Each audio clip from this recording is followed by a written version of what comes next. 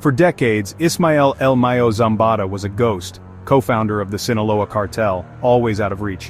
While his partner El Chapo was captured and escaped, El Mayo remained free, a symbol of cartel power. American law enforcement hunted him for over 20 years, but he always slipped away. Then, in July 2024, everything changed.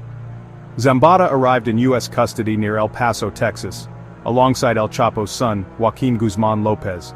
The circumstances remain murky. Was it a surrender, a betrayal, or a forced handover? Zambada later claimed he was kidnapped and brought to the U.S. against his will, fueling rumors of internal cartel power struggles. Whatever the truth, the last of the old guard was finally in American hands, ending an era for the Sinaloa Cartel. His capture sent shockwaves through the underworld and law enforcement alike. For many, it was hard to believe the master of evasion was finally behind bars.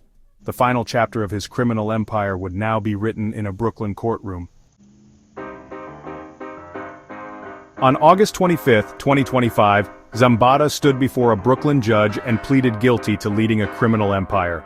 He admitted to running the Sinaloa Cartel since the 1980s, overseeing the trafficking of cocaine, heroin, and fentanyl into the U.S. Zambada confessed to using violence to protect his empire, and agreed to forfeit $15 billion, profits built on addiction and suffering. Attorney General Pam Bondi declared Zambada would spend the rest of his life in a U.S. prison. The plea was a major victory for federal prosecutors who had pursued him for decades. Indictments from across the country were consolidated for a single, final judgment. Zambada faces a mandatory life sentence with no parole. His sentencing is set for January 2026. The Kingpin, who once controlled a global drug empire, will now die behind bars. His guilty plea marks the end of an era, and a warning to other cartel leaders. Justice at last had caught up with El Mayo. The Sinaloa Cartel, co-founded by Zambada and El Chapo, became a criminal superpower. Starting in the 1980s, it trafficked marijuana, heroin, and then vast quantities of cocaine from Colombia. The cartel's reach expanded with tunnels, submarines, and hidden compartments, earning billions. When authorities cracked down, Zambada shifted to heroin and fentanyl, fueling the opioid crisis.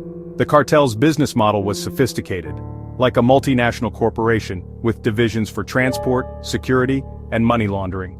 Billions were laundered through real estate and legitimate businesses, making the cartel nearly untouchable.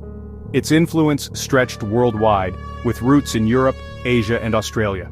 The cartel's power came from violence, bribery, and a ruthless understanding of supply and demand.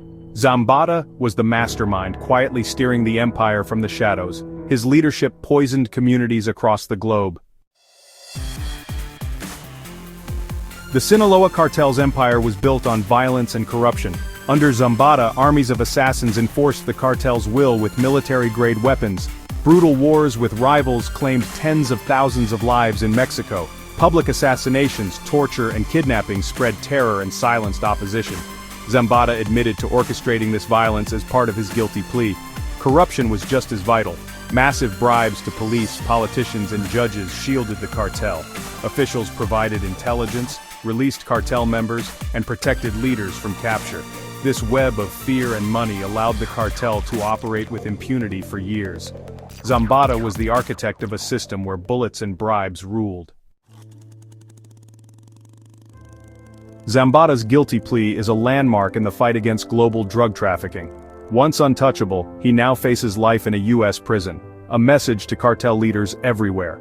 Authorities hope his removal will disrupt the Sinaloa Cartel, but the war on drugs continues. With both founders behind bars, a power struggle looms within the cartel. Law enforcement remains vigilant, targeting the next generation of traffickers.